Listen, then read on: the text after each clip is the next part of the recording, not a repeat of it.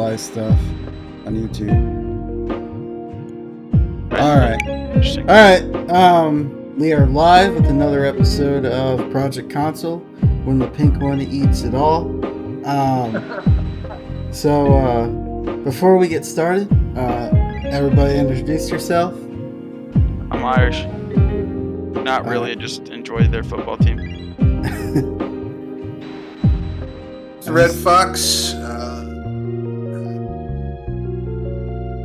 I'm definitely not Irish, although, considering my ancestors were slaves, you just never know with our particular background. But I don't think I'm Irish. And if I was, it's not enough to really matter. So with that being said,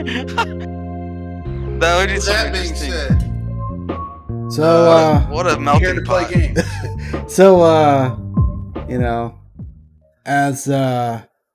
There was some big news that came out today. Let's just dive right into it. That is massive news. Microsoft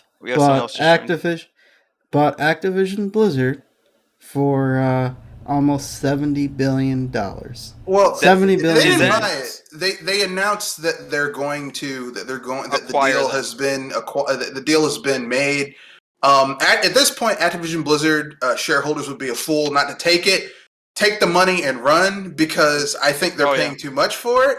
Mm-hmm. Because, like I said, right now, Activision Blizzard is it's like you're buying a business that's under distress, because it is. Because correct. I mean, I was about to say that I thought they were buying it as if there was nothing underneath the table. Yeah. Well, I mean, it's a business in distress because, the employees are in the doldrums. People are striking. Why? It's not because, we just want more money. It's because they've been in a hostile work environment where terrible things have been going on for years. Yep. This isn't something where you're like, this just started 2 or 3 years ago. Allegedly, because typically speaking, didn't this start from? This is a couple articles I've read that's not incredibly accurate. Didn't some of these things start in the mid to late 2000s?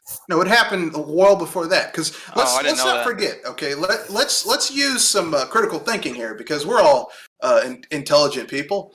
Bobby Kotick. That's debatable. Bobby Kotick took over Activision. Bobby Kotick took over Activision Blizzard in 1991. Yeah. Okay. Wow. That's when he took it over. Now, anytime we've seen organizations that have these type of systemic issues, this isn't something that just happened overnight. Yeah. First of all, the company culture had to become like that, and that takes about 5-10 years. So really, this started happening at the earliest, maybe 96, 97, got really bad in the early 2000s, and it's just continued to get worse over the last 20 years. So basically, as long as Bobby Kotick has been at the helm of this company, it's been like this and getting progressively worse. Mm-hmm. Yeah. Well, so the way I see it, Activision. Correct. The way I see it is, that behavior or the allowance of that behavior doesn't happen from someone who's a mid-tier manager. It just doesn't. Yeah. It doesn't go up the ladder ever. It's the top down. Yeah, it's always the top down. Yeah, always the top down. It's because someone somewhere, they know someone at the top has their back. Well, correct. If the boss does it, then I can do it too. Exactly. The behavior like that in a typical corporate situation is a learned behavior, not a they learn that's okay. Not that they learn it themselves, they haven't done in the past or whatever else. They learn that in their business place, that level of behavior is allowed because he does it. This isn't just a business thing. This is just dysfunction at all. Someone just doesn't roll out of bed and say, "I'm going to rape somebody." Right. Oh, I know. It's that's what I'm saying. That is something that it starts with a mentality that devalues someone else. Correct. And then it continues from there. So because it's a victim, it's people victimizing people because they have the power to victimize people. It's a never-ending perpetual situation. Yeah. And like I said, Microsoft's we're going to give these people, we're offering 68. I'm like, that's Really, it should, I thought that y'all was should dummy have money. that. Right. When Y'all I should saw have that that, and be like, y'all get 30. one of the things that I find like interesting about the value that they deemed it as, quote unquote, deemed it, I thought was crazy because Call of Duty has never been in a worse spot ever. Yeah. WoW has never been in a worse spot ever. Overwatch is a phantom of what it used to be. Yeah. StarCraft 2, same thing. Mm-hmm. And what's the other big brand they have? I'm trying to think. Angry Birds. Oh, I forgot about Angry Birds. That's from King. That's true, but I mean, Angry Birds, a mobile spin-off game, of but Warcraft. Yeah. Right, but I mean, like, we're talking about, the levels of these games across the board being the least popular they have ever been in history. That's true. For their games. Warzone it's a new release and they're making a bunch of money off it. There's professionals, quote unquote professional Warzone players, people who make money off the game. They aren't actively playing in tournaments because it's absolutely god awful. Ricochet is inconsistent at best as an anti-cheat. And it's just now starting to actually actively be working. I watch a lot of Warzone content because I enjoy like Tim the Tatman and a few of those other creators that he interacts with. I watch Dr. Disrespect. I watch Z-Laner a little bit.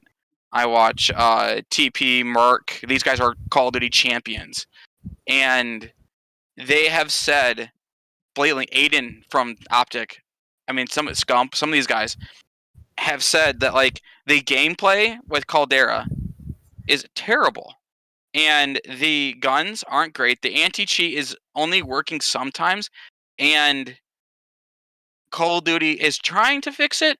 Like, they're doing the best, quote unquote, the best they can. But, like, it's the map and everything else. They're just having problems. And then WoW is, I mean, I have a friend of mine who's a WoW guy since we were teens. I mean, and he cut his subscription for the first time in, I think, almost 16 years. And he's a consistent WoW player. And I'm sitting here thinking, if he's willing to give it up because of what's happening with Blizzard, there's a big, big problem. I almost said bad word there, Kenoshi, but I stopped myself. So, because PG-13. You're not lying. You're not, they are across the board. Overwatch League, what league? They tried to franchise it, and it's an absolute nightmare. You're talking about esports trying to get off the ground. When Halo comes out with their first game in almost, 7 or 8 years, and their professional scene is arms and legs better than yours, and you've been doing it nonstop for almost, 12 or 13 years? And Halo Infinite kind of came out somewhat crippled. So yeah, and that's pretty bad. Right. And Halo Infinite is not perfect. They still have their issues. Yeah. But I mean, it came the story mode, I think people are just tired of Activision Blizzard's BS. I think people are like, look, you can only ignore the floor with the holes in it for so long. At what point, if Asmongold's saying that WoW needs to fix their stuff, we're talking about the main guy, one of the main faces of your influencer community, is saying, well, Blizzard's not doing well right now. I'm going to go play Final Fantasy. Yeah. What are we doing? What are you doing? You're talking about one of your most, if not the most public, loyal figure you have in your backcourt, almost consistently sitting there saying, this is an absolute dumpster fire, and I'm not playing for a while. What are you doing? I mean, I know I've read accounts from people on forums, either Reddit or whatever else, of 10-year-long customers ending their subscription and either selling their account or getting rid of it entirely. That's a problem. I'm sure these talks, started years ago. People think, well, they just bought Activision Blizzard outside the blue. No, that doesn't happen. There's a lot of talking. There's a lot of deals, paperwork, contracts, all the other good stuff. Why Microsoft just didn't pull out? That's a mystery. They must. They probably must were have too a. far along. You know what I have a think? contingency plan. I think when they started to do the paperwork, probably usually these deals take 2 years, typically 2 to 5 years, is depending on the range. Excuse me, but 2 years ago was at the beginning of Corona, right? Yeah. A little bit before that, that's when like Activision and Blizzard were starting to get these lawsuits. I think Microsoft started knocking on their door at that time because they needed help. And I think Microsoft has a lot more because they didn't say they were selling or merging. They're acquiring, right? They're taking it over. Yeah. They're not. It's not a merger. A merger is 50-50, just like Activision and Blizzard did years ago, where they merged the companies, made them one, right? Yeah. That's a merger. This isn't a merger. This isn't an acquisition. They're like, we're taking your property now because you no longer can handle it. But here's the money to make you feel a little bit better about yourself. Yeah, but to be fair, I mean, the money's insane. The money's dumb. I don't think think that's worth $70 billion. $7 billion with a B. Yeah. Like we're not talking about we're talking about literally dummy money that no one in this chat will ever experience in our life. Could you imagine having at least 2 to 3% of that money? Like that is. You'd be set for life. Amazing. Yeah. You would be set for life. But I mean, all I'm saying is this. Okay, all I'm saying 1% of that you'd be set for life. all I'm saying is this. Especially if you were wise with how you invested it. All I'm saying is this: is that like money aside, it's like okay, fair enough.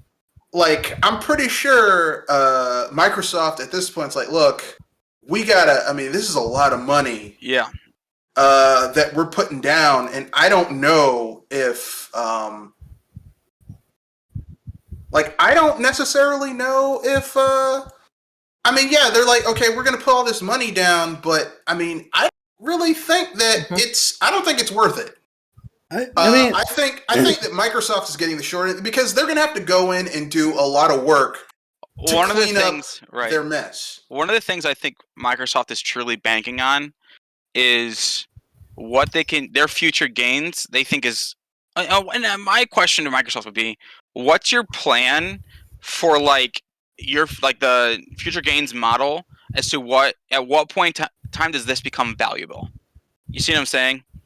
So is it a 10-year value plan? Is it a 20-year value plan? Is it a 5-year value plan? At what point? Because a lot of these, big money systems, when you're talking about acquiring a company and taking it over, you're talking about we have to, if it's needs fixed, like this needs fixed. I don't even know how you go about fixing this.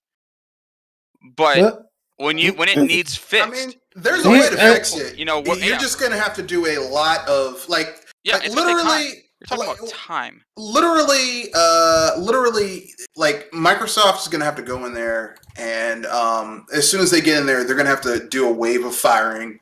And normally, I'm like, you shouldn't really just the first thing you do is start firing people. In this case, the first thing they're gonna have to do is start firing people. Yeah, just lay waste. I mean, you're talking about just burn it down. I mean, like literally, and do like a real one of the things human resource audit and look at who's been doing what because all of it. A lot of these people have just been jacked up. You're gonna have to go in there like Pyro. No time. You're gonna have to go in there like I think his name is Pyro from Team Fortress 2 and just start clearing a lot of start clearing a lot of rooms. But so I have a question pertaining to acquisitions and not only gaming but entertainment. Is this pretty much up there? One of the things that I would link it to would be like when Disney bought Fox in general, not just like Fox News or like Fox Studios or whatever, they bought Fox, the entire thing. Yeah, that's in gaming world. That's that. Oh, okay. Well, so they bought Fox. I gotta look it up, but they bought Fox for I think about the same price, if not 80. But let me look real quick so I don't mess that up. Yeah, but the difference was that it was mostly a stock exchange, so they weren't paying.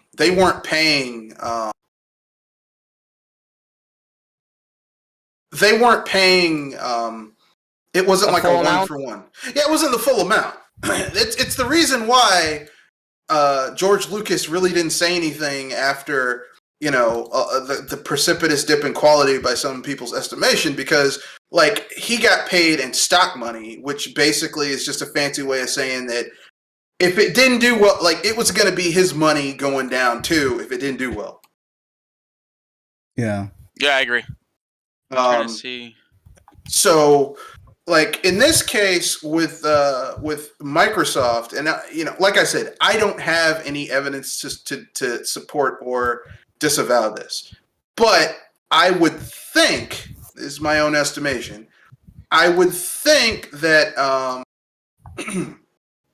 with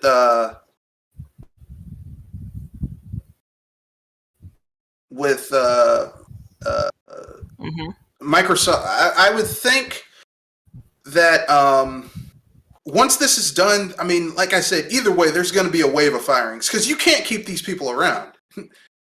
Right. Oh, like you can't. Here's something I found interesting from the article. The acquisition is described as an all-cash transaction valued at $68.7 billion. So it's not just this stock exchange. So they want them gone. They're going to pay them off, and as soon as it's done, these people already know they're not going to have a job. Correct. Yeah. So basically, and they're going to get paid a lot of money. So the reason why I said it, Disney to Fox is similar. Disney to Fox estimation in value was $71.3 billion. Yeah, that's pretty good. Yeah, so you mean when we're talking about billions of dollars with these companies, that's the only thing that comes close to that kind of value that I can personally think of. Because $60 billion, now $10 billion is a lot of money. Like that's dummy money still. But to these people who deal with, billions of dollars a year, for them to be like, it's like, I don't know. It's the way value is perceived, I guess, to a person who's in charge of a mega, like Amazon or, whatever else. Like you're talking about like Disney, Amazon, and all those guys. Yeah. SpaceX, Tesla, like all those guys. You're talking about different levels of thinking. I mean, Elon Musk wants to go to Mars. I'm not thinking about going to Mars. Exactly. I can barely think what I'm doing tomorrow, let alone going to Mars. Yeah. So like, there's just a different level of,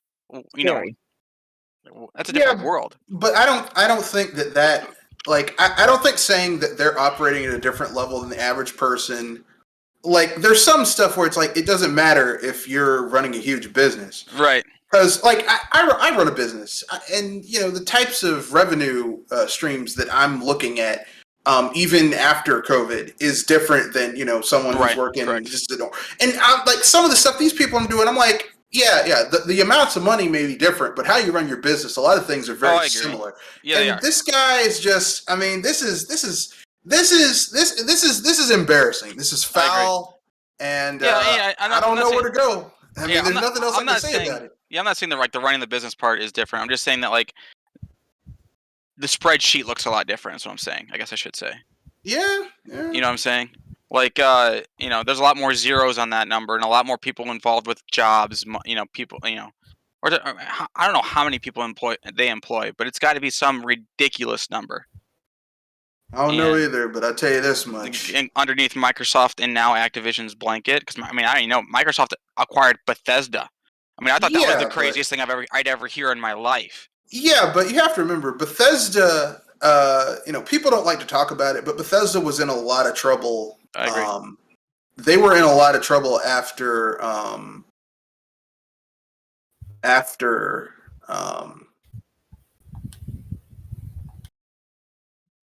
Fallout 76. They lost people. They don't tell you how much money Bethesda lost after Fallout 76. They lost a ton of money. Yeah, because that was a train wreck. So, like, and people don't, Bethesda needed a Microsoft to kind of come in. Save them. Well, they needed a Microsoft to come in and get them in the game. I mean, for lack of a better word, to get them in the game because they needed that money. Yeah, they needed a way to figure it out because they were well, they put was all their eggs in one basket and the basket broke. Well, I mean, I won't say it broke, but they definitely it was falling apart. I mean, the thing is this: Bethesda has for years had a very bad development cycle, like really, really bad development cycle, where they would put out a broken game and then fix it after the fact, and their fans would be like, "Well, it's Bethesda," and I mean, you can only get along with sloppy core principles for so long. Correct. And Bethesda, they played the slots and lost. Slots are terrible odds. It happens. Well, I mean, eventually, if you play the slots, eventually there's going to be lightning strikes somewhere once, at least. You got to pay the cost to be the boss or whatever. Oh yeah, exactly. But regardless, I mean, it had to happen, and I mean, I feel kind of bad for, because Bethesda hasn't had these issues. It doesn't have the same types of issues that have been going on with. No. We're talking about a different thing. Yeah, it's not the same thing as like Activision Blizzard. It's not even close. Yeah, ZeniMax is probably kicking themselves right now. It's like we could have gotten more money. Yeah. You're talking about just like the MySpace guy. He sold MySpace for $543 million to Facebook. You know how much money that might have been worth in 2 or 3 years if he would have held on? Was it relatively failing? Yeah, he wasn't. There wasn't a lot of value there. But then, what people didn't realize, and then Instagram's only sold for Instagram, I think only sold for 15 million or 20 million or something like that. And then a year later, MySpace sold for 543 million, and it's to Facebook as well. And so Instagram's sitting there thinking, did I sell myself way too short? I missed the boat. Yeah, basically, was I too early on that? And because you're talking about a picture ad, it's a whole different market, but it's just that's the shit that was it hindsight's 2020. You can clearly see behind you what you should have done, or what you could fix, or what you could have sold at, right? If you could go back in time, I could have done this decision to make my life better, right? But now it's just kind of what are you going to do now? But in this situation, selling for selling for that much money for Activision Blizzard, I think when they agreed on that term, which I assume was early/middle, there wasn't nearly as much information about what was happening. There wasn't nearly I don't think Microsoft truly understood the scale as to which this was. Yeah, the scope. Yeah, the scope to which what was going on. They weren't privy to information. Gypped. I think Microsoft got gypped. Correct. And I think that I think in the end of this, there's going to be little bits of fine print to where whatever lawsuits that Activision Blizzard have go on to either whatever insurance they've paid for or have had paid for, or if that insurance company says, well, that whatever their terms are, and they say, well, we don't have to pay for it because of this, right? Then whoever's in charge or has to pay for it. There's ways to go around that contractually, to where the person in charge now at Activision Blizzard, it potentially might have, or potentially would pay for everything. But when he's talking about only having to pay, because Riot Games paid $100 million, right? That's known that they're paying $100 million. Now this isn't. I don't know the scale between each one, if one's worse than the other, because I'm not that well versed in the situation. Because I don't like reading about this stuff; it bothers me. But if trust me, it's legalese. Yeah, I'm sure it's much. I'm sure. It's bad. There's no good way about this. It's bad. But if it's more than $100 million and you just sold for $60 billion, What does he care? So what? So here's the kicker. What if, before all this stuff started coming out, what if it was more, but because of all the legal stuff that was going on and all the all the trouble, could it have been on the Fox level? They had to cut it. Yeah, they had to cut it. Yeah, because they're like, we can't pay for this. We're paying for your F-ups. Do we know? I mean, before this was announced today, is like, what was Activision? Was Activision Blizzard a publicly traded company, or was it still private? They were publicly traded. That's what I thought too. So, let me look up and see what their stock value was before this train wreck happened. Yeah, it was probably about 2019 or so. Yeah, I just saw that somebody on Facebook messaged me that's like, I was like, what the? Cause when I saw that, I thought I was living in some kind of dreamland, right? Some sort of upside down world where their stuff happened. The announcement stuff happened right before COVID, right? Yeah, no, that's what I thought. No, it happened during. I think it was. No, it happened this year. No. The stuff about Activision Blizzard came out this year. It wasn't. It wasn't. Well, 2021. Yeah, it happened 2021, not 2020. Yeah. Okay, so because I'm looking at their 5-year stocks or where they were at, they peaked early 2021 at $103.81 per share. That is true. That's a lot of money, and that's a massive price point. Yeah, and then when that stuff came out about it, their stock dropped by 50%. Yeah, Bobby Kotick lost Activision Blizzard shareholders billions. Like right now, I'm guessing it was higher than that.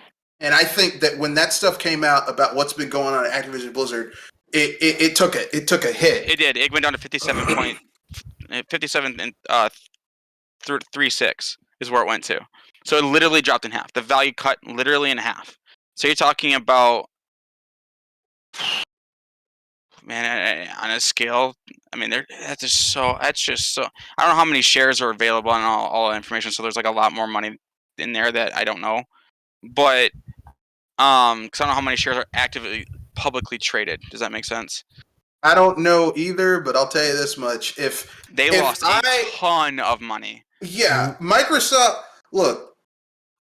Like I said, you cannot continue to. Microsoft cannot buy that business and still have Bobby Kotick and his team at the top. I know they're saying, "Oh, we're not going to get rid of them." I guarantee you, if this goes through this year, next year, Bobby's gone away. According to this, Activision Blizzard has almost 10,000 employees. Bobby's going to be in trouble. He's been the CEO since 1991. Their net income per year is, according to this, is $639 million a year. So if Microsoft is saying this is a 10, 20-year plan for them, it would take them, 10 or 20 years to almost, 10 years to pay this off. That's what they're thinking. They're on a 10-year plan to try and fix it and make more money in 10 years. I'm not. That's their thought process. Now, do I think it's still overpaid? Yeah, because like I explained earlier, all their games are in the worst state they've ever been in. Yeah. You know what I mean? So how many fans are you going to bring back, and how many new ones are you going to bring in? You're talking about this is incredibly risky, but you're putting it under the Microsoft. I mean, are they going to keep Activision and Blizzard as a name, or are they going to end up getting rid of it and putting it under Microsoft's banner or Xbox's banner? Yeah, but to be fair, you know what I think, and this is just my own personal opinion. I think that what's really going on here with Activision Blizzard, what I personally think is going on here. Now, I don't have any evidence to support this, but this is just a supposition based upon my theory. Well, just how business works. I think what's really going on here is I think the reason Microsoft did this is all of this is to add value to their Game Pass. Correct. Like if the only way you can play Call of Duty is you have to have a Game Pass account. If the only way, even on PlayStation, you can play Call of Duty or Overwatch is you have to have Game Pass. Oh yeah.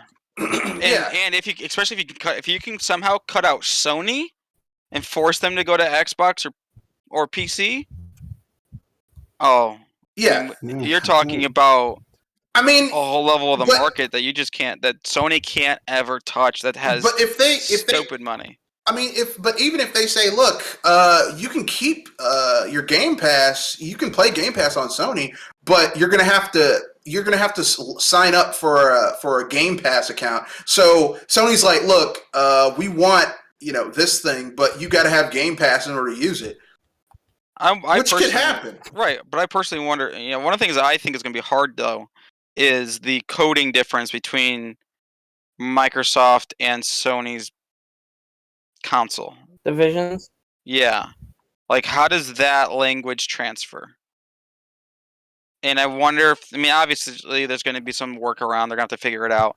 But because cutting off Sony would make sense for like them to sell more Xboxes or PCs, but it wouldn't make sense in the I'm cutting off over half of the or a good chunk of the customer base, because PS5 and PS4 is still that's the lead platform for that. Correct. That's why I said I don't think they're going to do that. I think what they're going to do is they're going to say, in order for you to play these games, but then you're going to have to sign into our ecosystem. Right. I wonder how long that's going to take to code that properly. And with Game Pass, and at least in my experience, because I've been playing on my PC and stuff like that, if you have like some internet instabilities, like Game Pass is actually kind of hard to play on, because you're streaming the game and it's harder. You download some of it, but it's a streaming based game, right? Because you got to check in, because it's got correct. You have to check.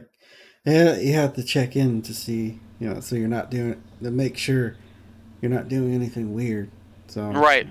Yeah, I don't think Game Pass works offline. Exactly, it does not. You have to be online. Yeah. Yeah, I had the Halo Master Chief Collection on my computer, but it was through Game Pass. And if my internet was not live, I could not play Master Chief. Yeah. Yeah. And then I'm not. Everyone's got internet now, but like, at least in the first world, typically we do. But it's not great internet. It's not. Depending on how much you're paying for it, because like there's certain places in the U.S. where you would think people would have at least decent internet, but they don't. They don't. Yeah, right, some people just, even in the first world, some people just don't have access to internet because reliable internet. Reliable internet, because some of the bigger ISPs out there, they don't want to spend the money to on put all the wiring infrastructure. Correct. Yeah, I was. I have people that I know that live in SoCal, and it's amazing how, quote unquote, the technology epicenter of the world doesn't have great internet. It absolutely blows my mind, because getting fiber for some of those guys, I have farmers that I know, because I live in a farming community.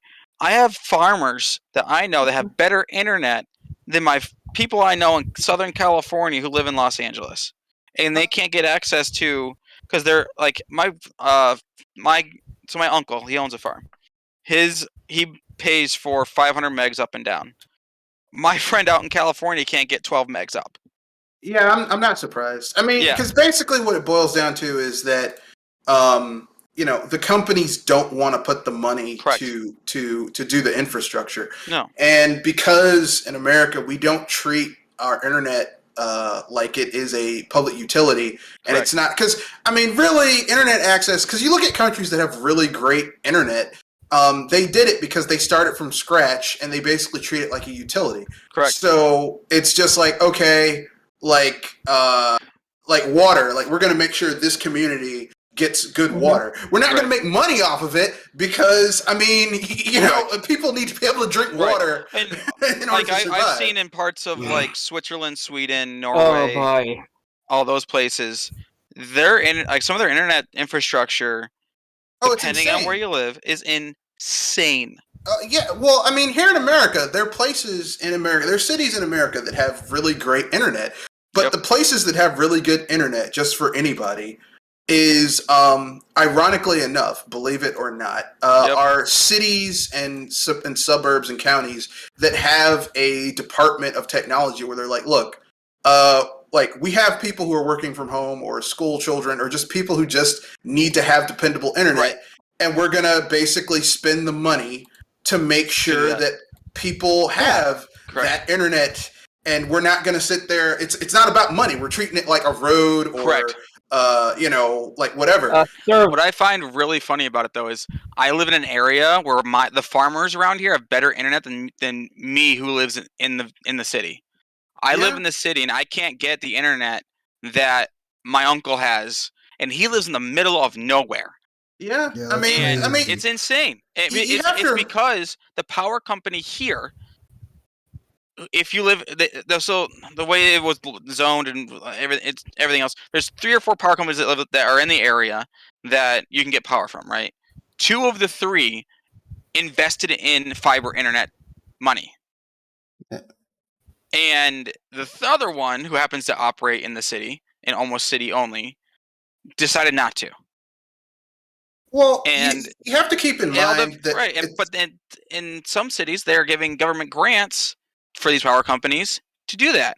But it's always been like that. Like when cable first came into existence, like cable, like the places that were getting cable weren't the city. Places that were getting cable were places out in the country. Yep. Because when I was a kid, not when I was a kid, but when my mom was a young person, the first person in her family to get cable was her grandparents. Is it possibly just easier to lay wire in a giant empty field than it is that's one of the things I was going to bring up. Yeah.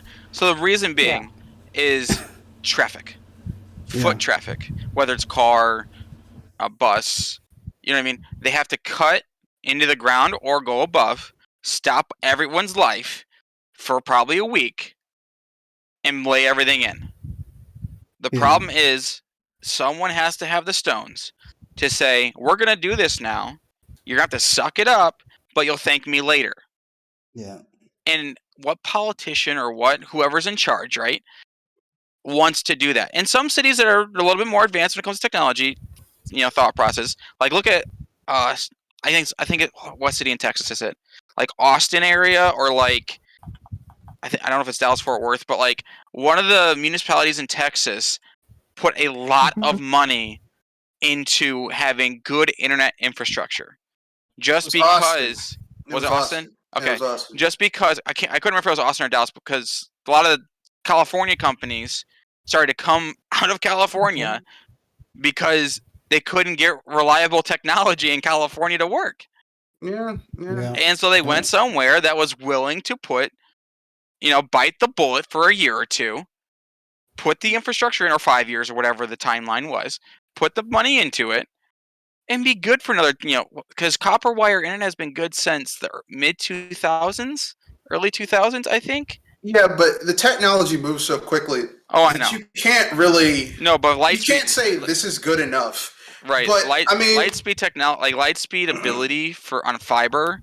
I mean, how long? That's got to last. I mean, I'm not with technology. I'm not the smartest guy in the world when it comes to that stuff. But like, we're talking about a vastly different situation here than. Like I said, what we had. The places where it really works are places where they actually put the time to do the infrastructure work and treat it as a public utility. Correct. And because companies are like, we want to make money off of this. Right. Whereas if it's a public utility, it's like, we're never going to make money off of this, but it makes our citizens way of happy. Life. Yeah. And it's a quality of life thing. So we're just going to lose money, but that's just the way it is. It's like a public library. You're never going to make money on a public library. Okay? No. I mean, the one in town here still gives away free library cards. But it's important to have because, I mean, let's keep it real. Kids needed places to hang out. Okay. Yep. People who were looking for jobs need places where they can go on a computer and look stuff up. It's like the middle school, high school pub. They gotta have a place to go after their. Depending on what town you live in, but yeah. Yeah, but I mean, but back to Microsoft. Yeah, Microsoft is buying this company, and I don't know. It's going to be. I think they overpaid. That's all I'm saying. It's the biggest question highly mark. Overpaid. Yeah, I think it's the biggest question mark in like almost ever. You're talking about a company that like literally has the worst it's ever been, and you're paying that like probably top market value for it. Well, it's like Kenoshi said early, they probably are overpaying right now because I'm thinking that it was going to be a stock for stock, or at least a partial stock swap and then cash after that. And I think that's how little they believe in Activision Blizzard right now. They didn't do a stock swap. They want to pay those people and get out. They're like, okay, here's your money. There's the door. That's what blows my mind is the all cash part. Because even Disney, Fox had stock stuff. I mean, I could sit there and read for the next 10 minutes just straight nonsense from what I was looking at online just earlier, trying to find the number it sold for. And that was only, I think, 70%, not the whole thing. And Comcast got involved, and it was a whole thing. Anywho, so the all-cash deal part, I think that happens because of what happened in the last year. Yeah, and I don't blame no way in there's no world in which this this previous probably was a merger switched to an acquisition because they had literally zero choice. Yeah. Well, because it was either you file for bankruptcy. Microsoft look bad. No, I don't think Activision Blizzard was going to file for bankruptcy because they were still solvent. But I mean, like the type of stuff that's going on at Activision Blizzard. There's nothing that they don't have the luxury of Ubisoft where Ubisoft could just bury it. Right. Because the spotlight is on their behinds too much for them to be able to say, "Oh yeah, we're dealing with it." It's like because more they can't stuff get away from it. They can't. Like we covered in my own cast where like some lady went to the nursing mother's room and had her milk stolen from the refrigerator from the nursing mother. Literally, Activision Blizzard is stealing food out of children's mouths. I mean that's disgusting. That is foul. Literally and figuratively. Like that's so gross. It's wrong in so many ways. I don't. Yeah. Apparently, I don't know. Like who. They got some weird people working there. I mean, there's some weirdos out there, but man, this is pretty friggin' impressive. I'm gonna keep it real. Okay, you know, I can't speak for everyone, but I think at some point, some man's been looking at some lady feeding her baby and like, I'm just curious. But here's the thing: curiosity does not mean you do it. Oh, it killed a cat. Okay, it's like I'm pretty sure all of us have walked by someone who had a bald spot, right? Mm-hmm. And just you looked at the top. They were sitting down. You looked at the top of their head, and you're just like, I wonder if I just poked them on the top of their head on their bald spot, right there, bullseye. But you don't do it. You don't do it. Like here's the thing: everyone has little components. It's called impulse control. A lot of people get curious about certain things. We all do. It's part of being human. But you don't do it. Yeah, you use something called obviously self-control and judgment. So you know it's the whole thing is baffling. But we could go on and on about this. We could do a whole podcast just about this. Oh yeah. So let's keep it moving. Yeah, let's go on to the other topic. That's all I really had to. That's all I really know or have any opinion on. I don't know anything else about any of this other stuff. So you guys have a wonderful, wonderful evening. Yeah, you too. Right. Have a good night. Have a good one, my guy. You too. Later. Peace. So NFTs. So now it's us. Yeah. So NFTs. So Konami sold an NFT of some Castlevania artwork for $160,000 or something around. Well, they only made that much money on multiple transactions because you could basically put money for the auction. They were expecting to make millions.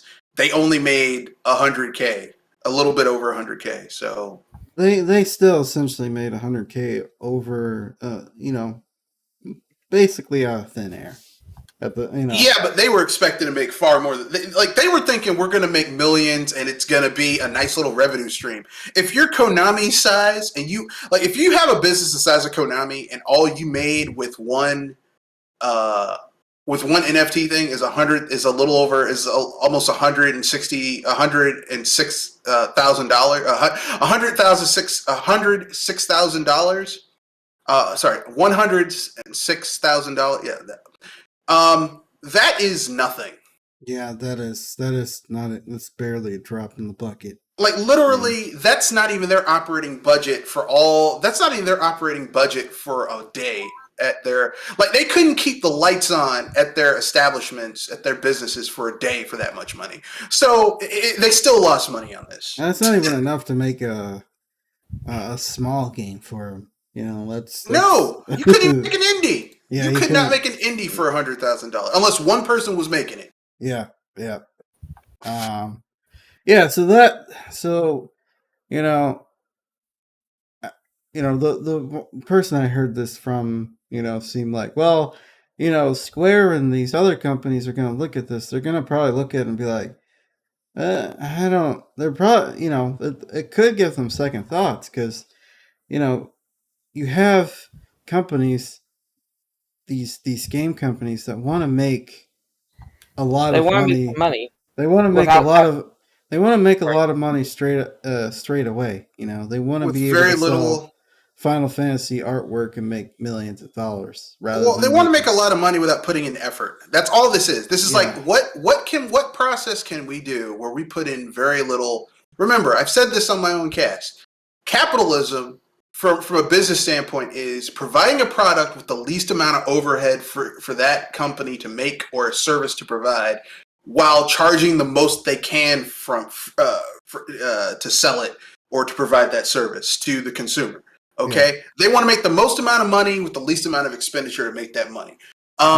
So like in NFTs for all these companies that are jumping on the NFT bandwagon, all of this is so that they can sit there and say. We spent $5 to print this thing out because in order to make an NFT, it has to be verified, and that takes you have to pay for that. So we spent $5 to have this thing verified, and we sold it for $40. And in their head, they're thinking people are going to buy that. But the vast majority of gamers and people who they're pushing this towards, like the general populace, don't know what an NFT is and aren't interested. Most gamers are vehemently against NFTs. Yeah. So they're kind of preaching to people who don't care. And that's where they don't understand.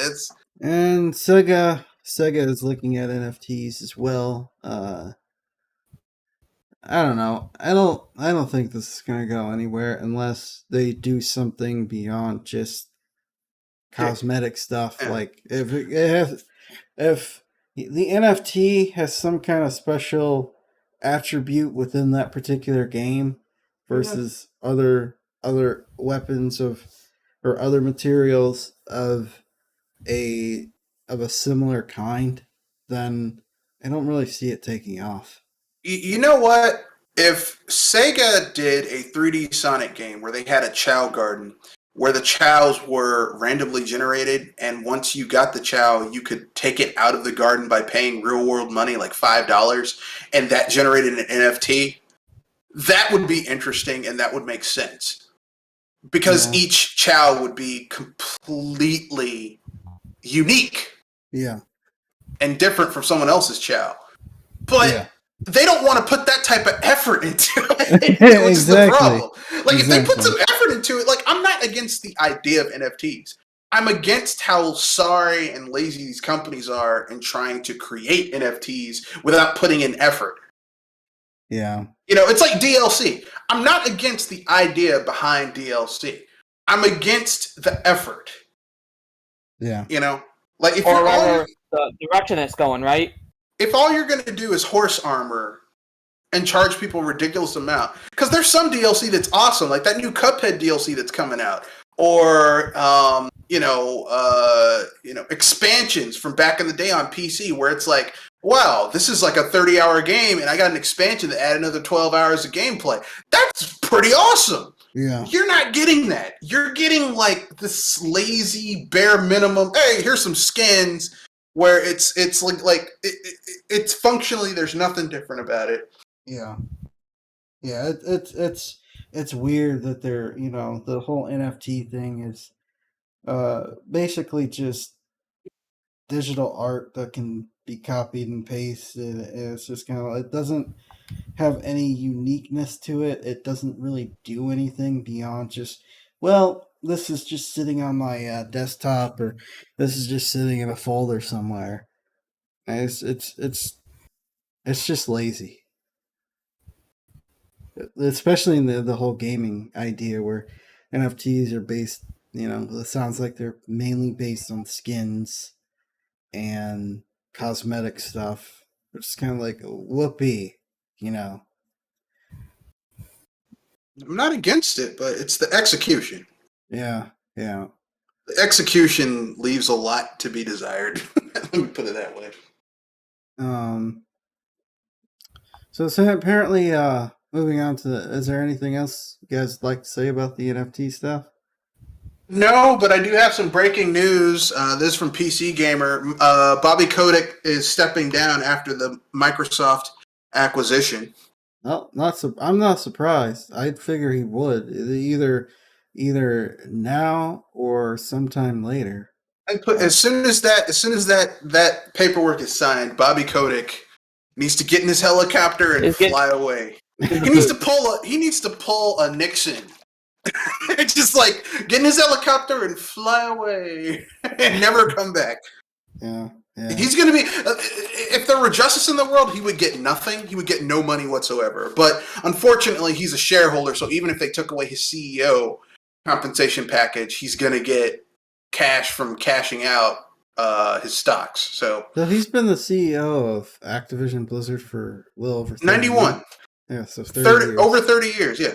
Yeah, that's crazy. It's time for... Yeah, well, I mean, that's good. Hopefully the rest of the people that were there, that are still get fired too. Yeah, get left. It's like, hey, look, we can either give you a nice severance package and you can just leave, or we can have this big former heavyweight boxer punch you in the stomach really hard and then throw you out this second story window. Yeah, and you get the choice is yours. Yeah. Here's a box. Inside the box is a turd. And I'm sure some of those people are having those discussions and those negotiations right now. So. Yeah. You would think with all that money, Bobby Kotick could have afforded some better hair plugs, but no. Oh. It's like, come on, Bobby. That is an unnatural hairline, dude. You should have pulled a Jeff Bezos. Nice burn there. Everyone knows that he has terrible hair plugs. I mean, sometimes you should just go bald. Forget it. I lost my hair. Started losing my hair. It's about just let it go. Yeah, just let it go. You're a young man. Just said F it. Yeah. That's a nightmare for me. Like I have nightmares about losing my teeth, losing my hair, losing my fingernails, losing parts of my body. It's a phobia of mine. My hair started thinning a little bit, and I was like, man, I had to do something about it. I started taking all types of herbal supplements, which stopped the hair loss, which is great. But I had a friend who was 17 in high school, started losing his hair. Yeah. I was like, which is a little scary. I was like, dang, man, that is just. I don't know. I know a guy in college that started getting gray hair. Early gray hair. Early gray hair makes you look distinguished. You can look cool. You can be like, yes, I'm like Reed Richards. But balding, when you're a young man, like if you're 50 or 60, it's like, okay, look, I'm 50 or 60, man. What can I do? But when you're like in your 20s, it's like, can I at least keep my hair in my 20s? can I at least keep it in the 20? Please, nah. Your genes are like, nope.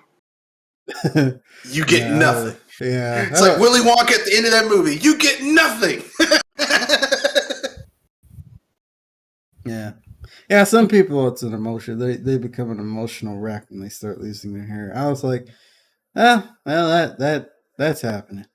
It was nice while it was there. yeah. Hey, at least I don't have to spend money getting my hair cut anymore. Very funny there. No, some guys I know really hate that. I can't speak for Kenoshi, but I used to go to a black barber shop, and I had to stop going because of the blatant disrespect that I'd get. Like, when I was a kid, my mom take me to the black barber shop. These people looking at my mom like she's a piece of meat. Then when I started going myself, and my girlfriend would drop me off, they'd look at my girlfriend like I wasn't even there.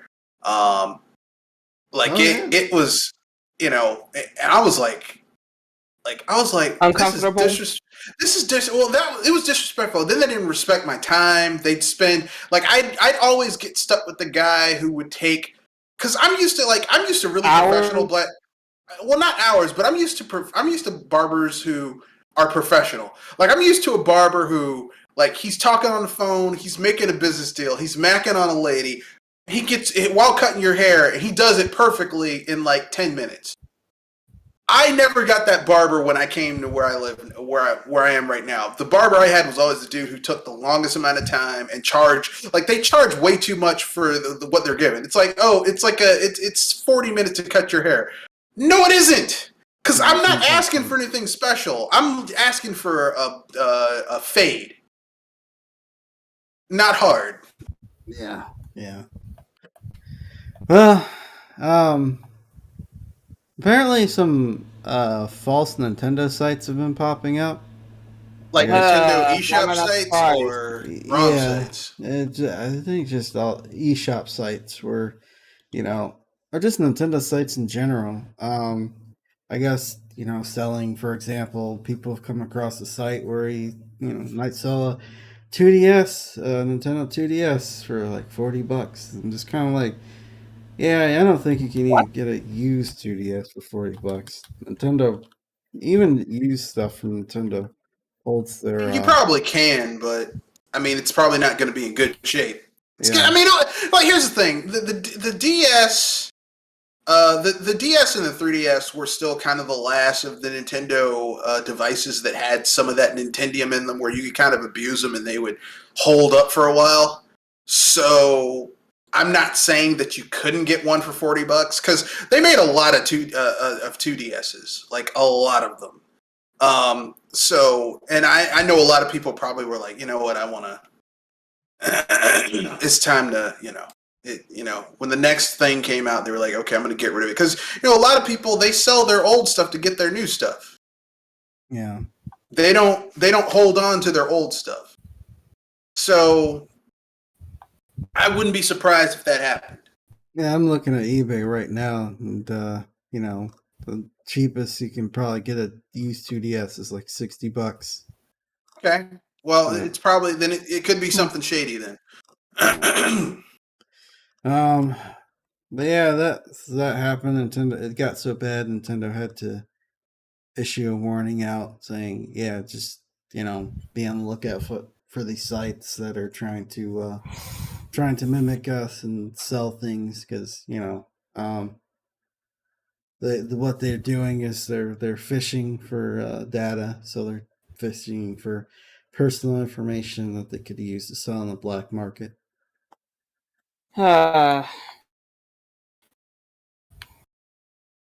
Annoying as F, and yet so expected. Yeah.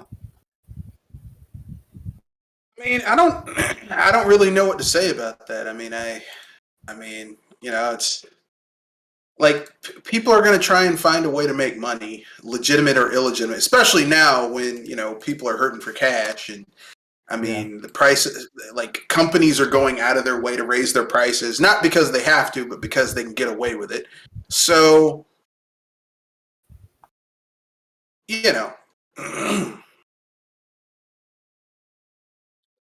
That's it. That's all I had to say.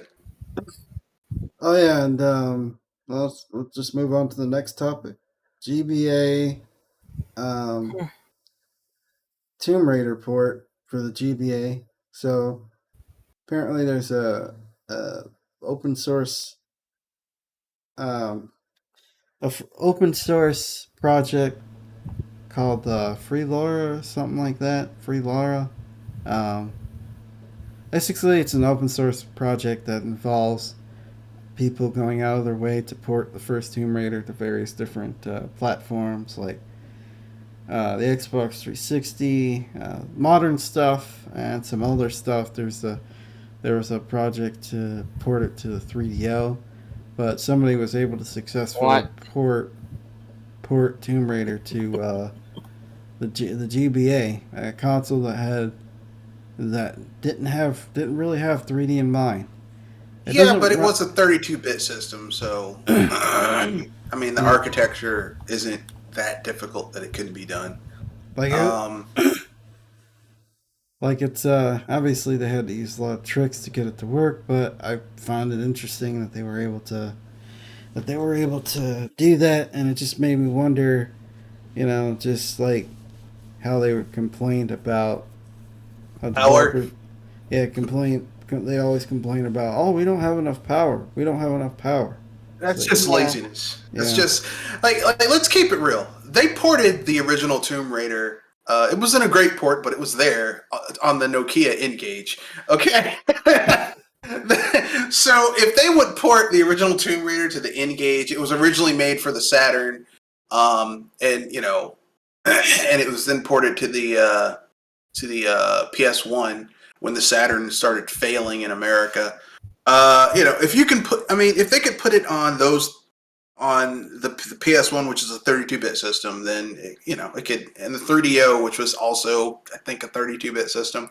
I think the key thing is that you have to have at least a 32-bit system in order to port Tomb Raider to the system. And the thing, remember the N-Gage? Like, who here either owned or knows somebody that owned an N-Gage? I knew nobody.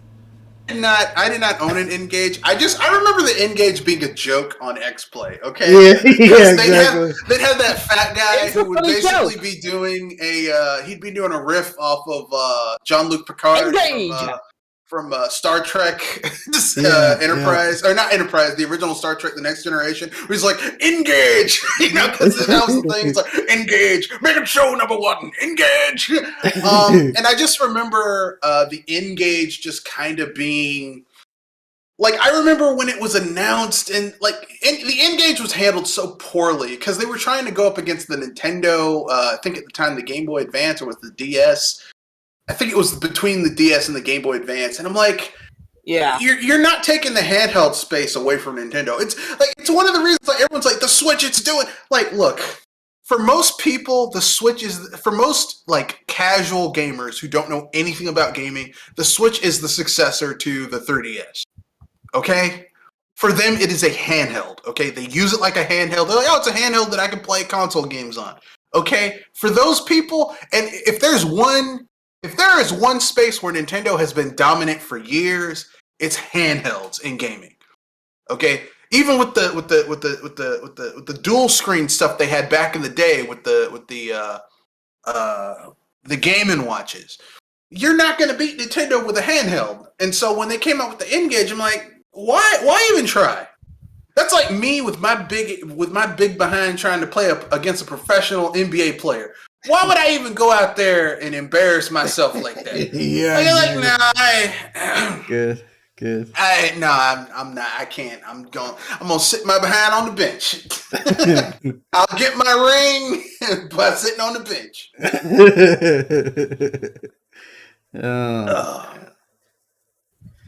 You're an NBA world champ? Yeah. I didn't. You should throw a shot. I was on the bench. I was warming up the bench. I sanded the bench. Leveled it. I reupholstered it. It was nice. But can you shoot a 3? Maybe. If I try really hard. Going back to the Tomb Raider port, You know, I just find it because it made me when I was watching a video on it.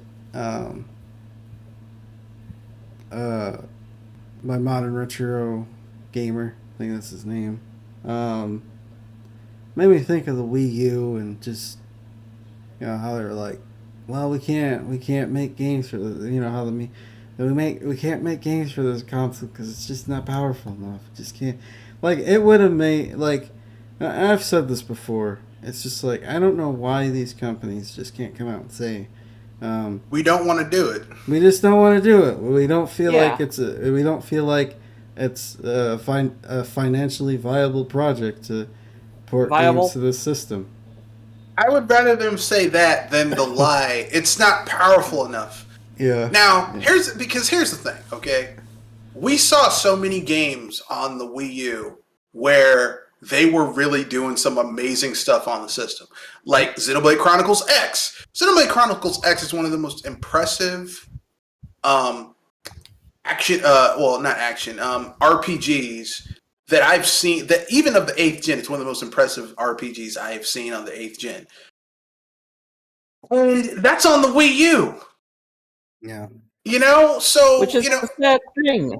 Same thing with Xenoblade on the Wii. Everyone's like, "Oh, the Wii, it's weak. We can't do this." They put Xenoblade on there. What? I mean, look. You get to the savannah, and it's a huge area with all the stuff you want in the JRPG in there. Now, if they could do that on this console, there's no excuse for why you couldn't put games on that system. Aside from you didn't want to do it. I don't want to hear, "Oh, it wasn't powerful enough." You didn't want to do it, and I'd rather just someone be honest and say, "I didn't want to do it," versus lying and saying, "Oh no, it was too weak and it just wasn't strong enough." I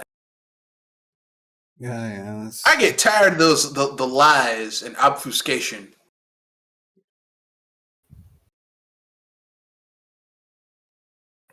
But in any case, we already talked about the Microsoft's. We already exhausted that topic. Yeah. Sony's. Hell yeah. Sony's Game Pass model. So apparently, a couple days ago, there were some PS3 games that showed up, and I guess that got people to talk about Sony's potential Game Pass model.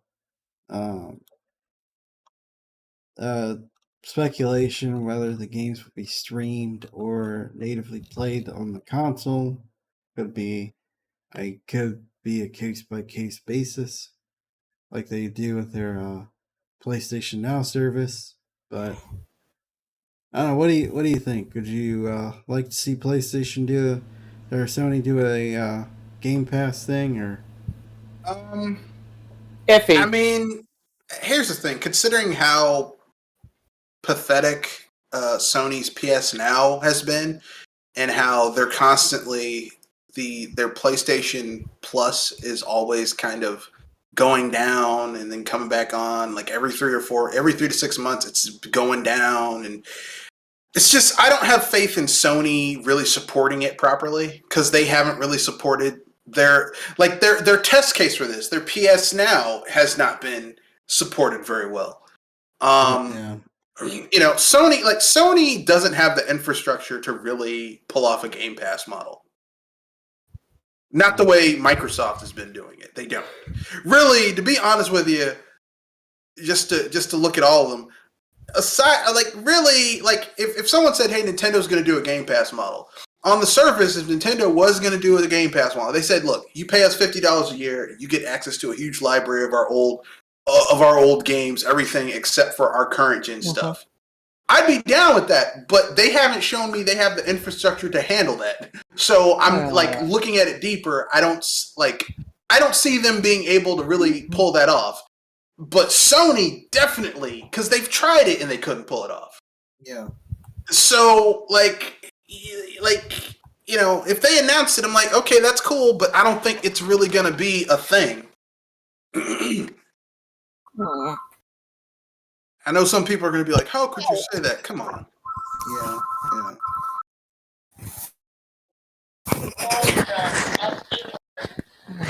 Yeah. I would like to see something. I'd like to see something happen, but you know, I don't. Because they have a good library. They have a relatively good library of games that they could use. But after, what you said about their online infrastructure and also how they treated the PlayStation portable console, I don't know if I have a great deal of faith that this will be good. Hope it's good, because more competition is better. But I'm just gonna have to wait and see. And with Microsoft buying Activision, it's just gonna be more of a boot up there behind, because how are you gonna beat, you can't beat it. Yeah, PlayStation. Because if Microsoft says we're not going to put Call of Duty on PlayStation, and the only way you can play PlayStation is if you have a Microsoft system or PC, well, the thing about Sony is they don't have money like that to throw around. Like no, they don't. They've bought a couple studios here and there in the past few years, but they don't got money like that. No. Like, I remember everyone was like, yeah, man, this is about... I'm like when Microsoft bought Bethesda, I'm like, yeah, they're going to buy Bethesda. And then they bought, like some studios where I'm like, yeah, they bought Insomniac. I'm like, yeah, Insomniac is nice, but they aren't Bethesda. Because they didn't just buy Bethesda. They bought ZeniMax, which has all that other stuff Bethesda bought, too. They've got id Tech, so they get Quake and Rage and Unreal and all that type of stuff. And Doom, they bought. People just don't know. Microsoft is swinging around with. They're swinging some major heat. That's all I'll say about it. Yeah. Well. Yeah, Jewel had to go answer the phone, so. Yeah. That's why she isn't saying anything. Oh, here she is again. Huh? Sorry, I had to try to be sure about a phone call. Yeah. Yeah, I don't know what to say. I don't. If anything, I already have a low trust with Sony. If anything, so knowing that they're trying to do some kind of pass, well, it might get a pass. It might get a pass from a majority of people because, well, they're Sony. They can't do anything wrong. I think the Sony fanboys will buy into it, but Sony fanboy is not really that strong of a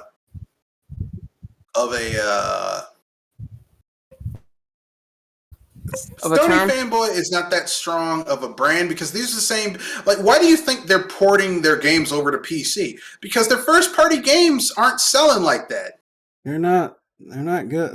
Again, Sony really doesn't have an identity except the fact that they're PlayStation. Except the name PlayStation. You can argue that name alone is their identity, but outside of that, they change it every generation. They don't have something that they can stick to, like a Halo or a Mario. They don't. No. They don't really have anything like that. And they mess up constantly. I remember during the PS1 generation, whether you liked it or not, if you wanted to play JRPGs, you had to get a PlayStation, or wait for a really shoddy, pathetic home console port. Yep. That's what you could do. That's all you could do back in the day. Yep. It's pretty crazy. And that's all we could do. I don't trust Sony right now. You saw less and less and less JRPGs as time went on coming to Sony platforms. During the PS1 generation, we got 3 Final Fantasies and a whole bunch of clones and stuff like that. Yeah. What did we get from we got none of that last gen. Like, we've got less and less and less games from this company. Yeah. On this system. So, it's one of the reasons why I don't really feel bad about not having a lot of, of those games, Yeah.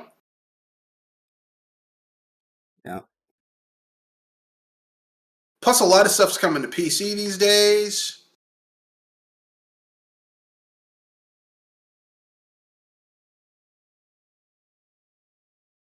Which makes it easier.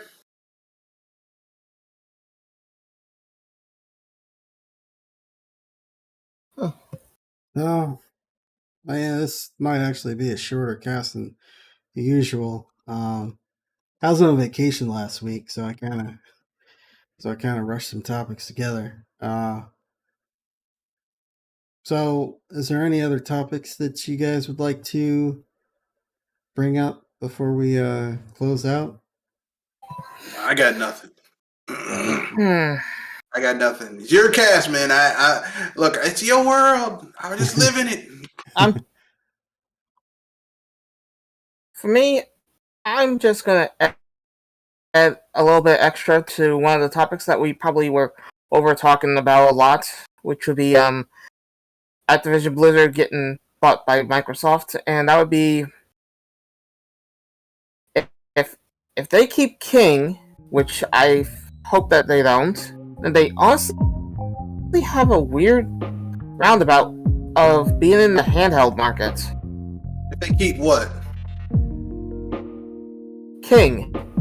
King who? The Candy Crush crew. Yeah. Oh, the Candy Crush? I mean, it's going to be on smartphones, which, nowadays they lump smartphones with handhelds, but really they're not. I don't consider. I don't, but that's what the industry does.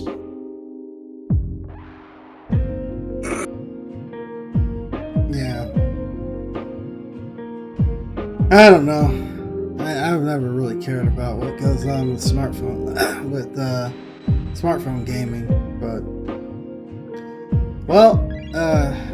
you guys like to give your sign-offs and we can call it a night.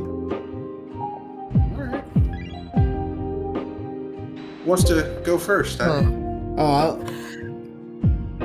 Thank you, ladies and gentlemen, for joining us on Project Console.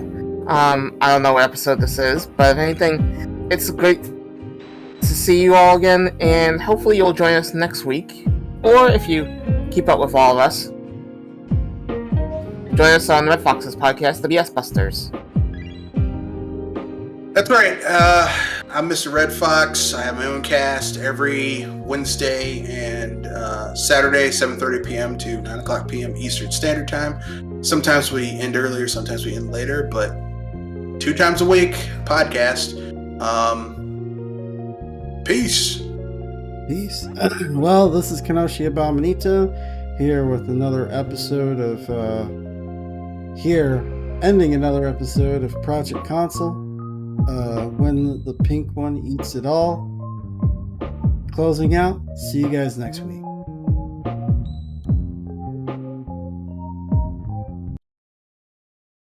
Alright, we're good.